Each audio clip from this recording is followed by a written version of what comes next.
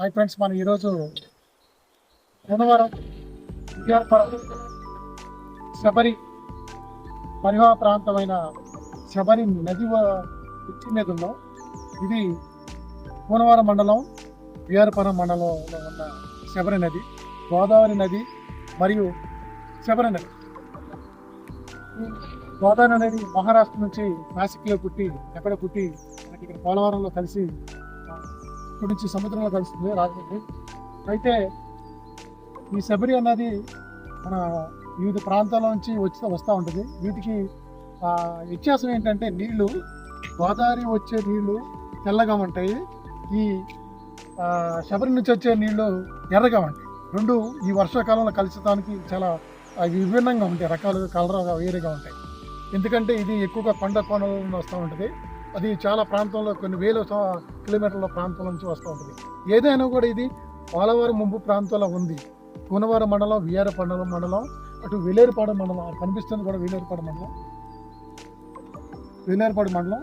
దాంతోపాటుగా ఈ మూడు మండలాలు ఈ ప్రాంతంలో ఉన్నాయి. ఇవి అల్లూరు సీతారామరాజనగర్ జిల్లాలోకి వెళ్ళి, కొన్ని తూర్పుగోదావరికి వెళ్ళి, ఇంకోటి పశ్చిమ గోదావరి జిల్లాకి, ఏలూరు జిల్లాకి వెళ్ళి. ఏదైనా కూడా పోలవరం నిర్వాసితులు ప్రాంతంలో ఉన్న వాళ్ళు, ఈ భూములు కానీ, ఈ గిరిజన ప్రాంతంలో ఉన్న ఆదివాసులు కానీ, వివిధ సంపన్న వర్గాలు ఉన్న ఏదైనా కూడా ఇక్కడ జీవిస్తూ ఉన్నాయి. ఏదైనా కూడా ఈ ప్రాంతంలో పోలవరం నిర్వాసితులకు రావాల్సిన ప్రభుత్వం, కేంద్ర రాష్ట్ర ప్రభుత్వాలు ఏమైనా సరే వాళ్ళకి ఇవ్వాల్సిన ప్యాకేజీలు కానీ, ప్రభుత్వం అందించాల్సిన వాళ్ళు ఎప్పుడైతే 2014లో ఒప్పంద ప్రకారం చూద్దామో దానికి ఇవ్వకుండా ఇంతవరకు కూడా కేంద్ర రాష్ట్ర ప్రభుత్వాలు పార్టీలు మారినా, పదవులు మారినా, రాజకీయ నాయకులు మారినా కూడా ఈ ఏజెన్సీ ప్రాంతంలోని గిరిజనులు కానీ, గిరిజన నేతలు కానీ, సామాన్యులు కానీ ఎవరికైనా అంటే ఒక ప్రాజెక్టు నిర్మించాలంటే 10 మంది బతకడం కోసం 100 మందిని చంపుతున్నారని ఈ ప్రాంతంలో నిర్వాసితులు చెప్తున్నారు. ఏదైనా సరే ఇప్పటికైనా ప్రజలు ఈ పోలవరం నిర్వహించే వాళ్ళకి పూర్తిగా న్యాయం చేయాలని వీళ్ళకి కోరుకుంటారు. ఈ వీడియోని చేరవరకు లేకపోతే థ్యాంక్ యూ. ఈ ప్రాంత వాసిగా మీకు కొన్ని విషయాలు చెప్పాలనుకుంటున్నాం. ఎందుకంటే పోలవరం ప్రాంతంలో అందమైన ప్రదేశంలో పాపికొండలు, విహారయాత్రలు, శబరి గోదావరి సంగమం కలిసిన కూనవరం ప్రాంతం, ఇటు విఆర్పురం, ఇటు రుద్రంకోట అనే ఈ 3 ప్రదేశాలు కలిసి 3 మండలాలు ఉన్న ప్రాంతం సుదీర్ఘమైన, సుందరమైన ఎత్తైన కొండలు, ఈ జలపాతాలు, ఈ వాతావరణం అంతా పోలవరం ప్రాజెక్టులో కనుమరుగవుతున్న ఈ ప్రాజెక్టు కట్టడం వల్ల కొంతమందికి లాభం కలగవచ్చు, కానీ కొన్ని కుటుంబాలు మాత్రం రోడ్డుని పడుతున్నాయని చెప్పడానికి ఎటువంటి సందేహం లేదు. ఏదైనా కూడా ప్రభుత్వ అధికారులు ఈ ప్రాంత ప్రజలకు ఏదైతే పునరావాసం కల్పించాలనుకుంటున్నారో, పునరావాసం వల్ల వాళ్ళు చాలా ఇబ్బంది పడుకుంటూ ఉన్నారు. దాదాపు 2014 నుంచి ఇప్పటి వరకు ఏ ప్రభుత్వం వచ్చినా కూడా వారికి నష్టపరిహారం అదిగో ఇస్తాం, ఇదిగో ఇస్తాం అంటున్నారు తప్పనిచ్చి ఎటువంటి వారికి ఇవ్వాల్సిన నష్టపరిహారం ఇవ్వట్లేదు. ఏదైనా కూడా ఈ పోలవరం ప్రాంతంలో ఉన్న ప్రజల్ని కాపాడాలి, కేంద్ర రాష్ట్ర ప్రభుత్వాలు కాపాడుకుంటూ వారికి భూమికి భూమి, నిర్వాసితులకి 18 సంవత్సరాలు నిండిన ఆడపిల్లలకు వాళ్ళకి ఇవ్వాల్సిన ప్రభుత్వం, కేంద్రం ఇచ్చే రాయితీలు ఏవైతే ఇస్తుందని ప్రకటించారో, ఇప్పటి ఉన్న వాతావరణం బట్టి, అనుకూల వెసులుబాటుని బట్టి వారికి ధరలు పెంచి ఇవ్వాలని నూలెప్ తెలుగు టీవీ కోరుకుంటుంది.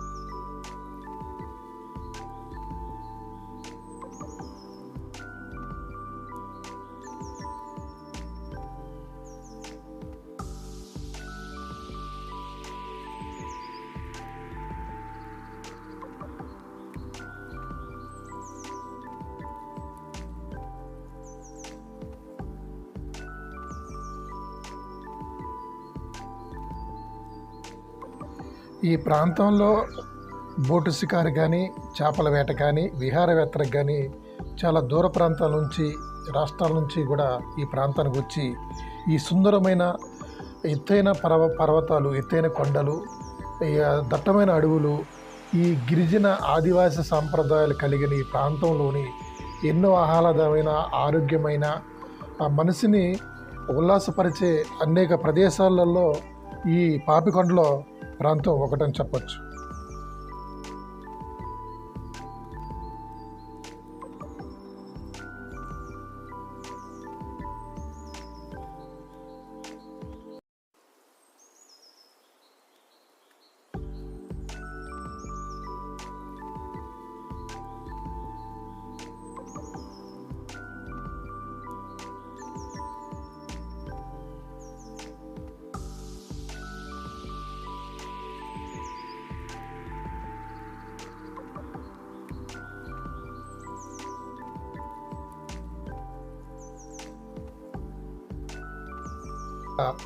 మనకి ఛత్తీస్గఢ్ నుంచి వచ్చే ఈ శబరి మన చింతూరు దగ్గరను, ఈ చింతూరు దగ్గర శబరి నది మీద ఏర్పాటు చేసిన బ్రిడ్జి అండి ఇది.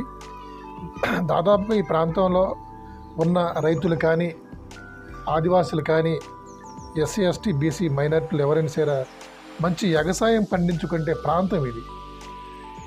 దాదాపు 30 సంవత్సరాల క్రితం ఇక్కడ పొగాకు విపరీతంగా పండేది.